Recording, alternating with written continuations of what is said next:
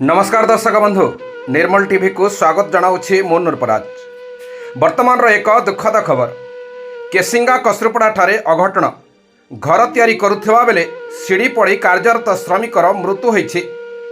सोमवार अपराह्न केसिंगा ब्लॉक कसरुपड़ा ग्राम में घटी एक अभावन घटना।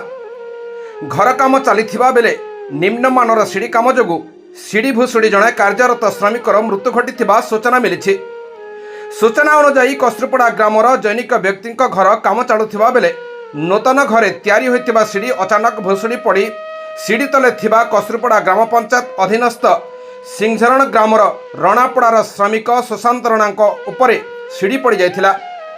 फल सिमेंट छड़ इटा भितर पोती हो जाइथिले। परे संगे संगे केसिंगा दमकल केन्द्र को फोन करिबा परे पुलिस उपस्थिति रे पोती होइतिबा सुशांत को उद्धार करथिले, किंतु घटनास्थल रे ही सुशांत जीवन चली जाइथिला। मृतक मुंडरे गभीर आघात लगी रक्त बाहरुथिबा देखा जाइथिला। परे पुलिस मृतदेह को जबत करी व्यवच्छेद पई केसिंगा स्वास्थ्य केन्द्र को स्थानांतरित करथिले। शव व्यवच्छेद परे अपराह्न 5:30 बेले परिवार को हस्तांतर करा जाइथिला। कलाहांडी जिला केसिंगारू रवींद्र मिश्रा रिपोर्ट निर्मल टीवी।